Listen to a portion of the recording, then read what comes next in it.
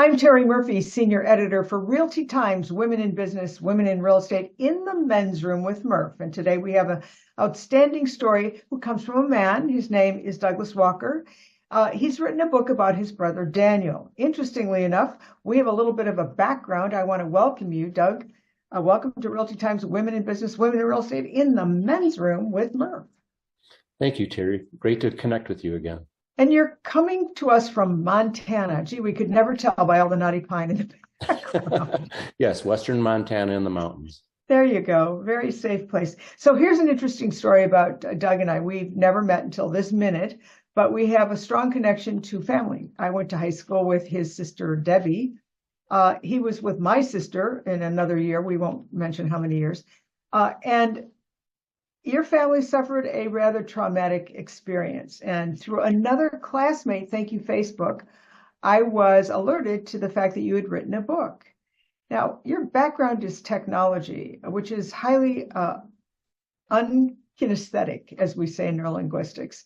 And so here you are writing a story that is so filled with passion and feeling and emotions all over the place and continues.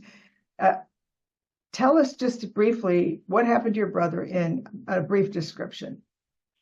In 1974, October 1, Dan was leaving a family friend's house. I should say he left on September 30th, the evening, and he picked up a hitchhiker on the way outside of Southern California. I should say outside of LA on the way up to I-15, I-40 junction. And the hitchhiker was on his way back to Texas. It appears through news reports and police reports that Dan may have changed his route to accommodate the young traveler. And somewhere in the middle of the night, they pulled over to the side of the road. They were both tired. The hitchhiker had been traveling all day long. Dan had left too late at night to travel all night. And somewhere in the early morning, it's estimated around 6 a.m. in the morning, some people came up to Dan's vehicle and shot him 4 times with a shotgun through the glass of his vehicle. The hitchhiker was more of an ear witness than an eyewitness, but yes, yet still an eyewitness. Gave accounts to the police, helped Dan get to the hospital that morning. It's a very heroic story of that person, that hitchhiker. I think that recaps Dan's murder. And thus the book. You had to feel compelled to write the book for a different reason than just releasing the emotional trauma that came with it. Terry, this happened when I was 15 years old, and I watched how it affected all the people in my life. You know, obviously it does. I mean, parents losing a child, especially in a way like that, is just awful to see. And the circumstances surrounding Dan's murder, I'll call it a simple twist of fate. You know, how he ended up at that spot, at that time, at that, moment. In the morning hours, in a desolate place where you would assume, you're mostly safe. You just don't assume that somebody's going to in cold blood walk up to your vehicle and shoot you with hardly asking any questions. So from the time I was 15, Terry, I just thought his twist of fate story was just something that could have been put on paper. And the real motivation came as over the years, I'd heard interpretations of Dan's murder that were very incorrect. And some of it maybe even making Dan culpable for his own death, which really made my stomach turn. And so I had retired in 2017 early, gave me time to do it. I'd always thought it should be told. I had done research in 2010 through the urging of family members and my wife. And in 2019, I traveled to Louisiana for a family wedding. And in the midst of a very, very loud wedding, hardly able to have a conversation, 46 years after my brother's murder, a cousin leaned in and said, "What happened to your brother?" in that beautiful Southern accent, right? And it didn't surprise me because it had happened, various times over the years. And I asked him what he heard happened to Dan. And he said, "I heard that he died because of drugs," which is a very broad interpretation of what might have gone down in the desert. And so I wanted to tell the truth, Dan's truth. And I thought I could write a story. I think Dan taught me years ago that limitations, there are none, only the ones we put on ourselves. So I tried it out. I tried writing Dan's story. And he was your older brother.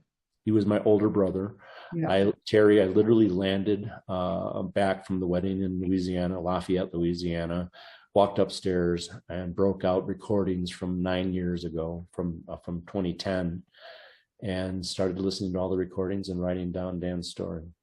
That's amazing because, you know, we hear about this kind of thing all the time, but we never think of the long-term consequences to the family. But it spawned the idea for you to share the information and the nuances of that information through a book, not having been an author before, but now compelled to continue telling the story. The name of the book is Daniel, My Brother. It's a self-published book available on Amazon or through your local bookstore by Douglas Walker. And so do you have the C in your name as the publisher, or is it just because I noticed there's a number of Doug Walkers in the universe, by the way? I hadn't done that much research on how many Doug Walkers were around. No, I'm only the only Douglas Walker out there. So at least who published this book. It's a pretty big hit on Amazon, or I should say when you Google it, you should be able to catch it early on. Oh, no, we did. Yeah, I checked that out. Yeah. So the headlines read, "The Last Good Deed Cost Daniel A. Walker Jr. his life."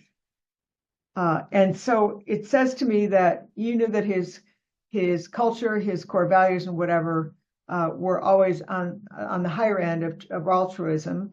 And then clearly something happened here. So you're compelled, inspired, can I say, to continue the research to find out what really happened. So what's the next step as you write the second sequel to this book? Well, I think I succeeded in doing exactly what you thought I was doing, trying to tell Dan's story, and that he was a very, very kind person. And any of the rumors that were out there, I wanted to set straight. And so far, it appears that those who have read the book fall in love with Dan. Yes. And if that's the case, you got it right on the pages. So it's great that that's happening. What happens now? Well, I am writing another book. Dan's murder, on the date of publishing, when I self-published on October 1st, 2023, the 49th anniversary of Dan's murder, kind of rushed it out there, trying to do it on the 49th anniversary of Dan's murder. And we decided that we'd try to market the book. So we started out traveling mostly to our hometown in the northeastern Illinois area to start marketing the book. And oddly enough, in January, I get a phone call from the San Bernardino Police Department, who I have not talked to in years. And they say that they normally would have sent somebody up here to do this in person, but they couldn't find anybody in Western Montana to come up. They tried to find an FBI agent, and they informed me over the phone that they think they know who killed Dan. So the story has now taken a turn, as we may have talked about earlier. The unintended consequences of publishing a book. I thought of a lot of things that may have happened. I had given up long ago on law enforcement solving Dan's murder. Wow, that is, it's not just a story about somebody, it's just not to minimize it, a murder story, but there's so much more that's going on here. And you talk about what other stories this might compare to that people might be more familiar with. It's a beautiful story, and I would relate it to, if you have ever read the book Into the Wild by, I think it's John Krakauer, or have seen the movie. It's a beautiful story with a sad ending. And then I also equate it to the time period that Easy Rider was set in. And when I first published the book, I thought if you combined or meshed those two stories, you'd come up with a unique new story in Dan's story. And then January 16th came around of this year when I got that phone call from San Bernardino. And now I think you can also if everything they're telling me is true, Terry, you can mix in natural born killers now along with all that, which is a very strange story, I think, done in the 80s with Woody Harrelson. So, Right. Well, here's the thing. You wrote this to honor your brother, to tell really the truth about his life and his unfortunate demise. I know that you've got a second book that you're working on, and amazing that, like you said, people fall in love with Dan the way you wrote him. So this is coming through your vortex, and I'm anxiously awaiting the second book. Tell us, when do you think that'll be available? What's your timeline? uh, as a first-time author, I would have said, "Wow, I have no idea." As a second-time author, I could almost say the same thing. And I tried to dodge the question a couple of weeks ago when we did a big presentation saying, well, the story hasn't come to a resolution yet. And if you were to Google Daniel Ashton Walker Jr. along with a person named Thomas Creech, you'll now understand why the story is not complete. So there's more research that's happening, and there's probably more clarification in how you want to present it. And I understand you're protecting a few people as well. I'm protecting people. I'm protecting law enforcement to a certain degree, because this whole story is not very flattering to law enforcement. I'm trying to shield a serial killer from making any money in a story that he shouldn't make money on. I'm trying to look at those unintended consequences again of doing a second book, a true story about a second book that now includes a very awful human being, and who has said that he did not kill my brother. Law enforcement says he did. There's a confession from years ago that says he did, but he says he didn't. He's very, very good at changing his story.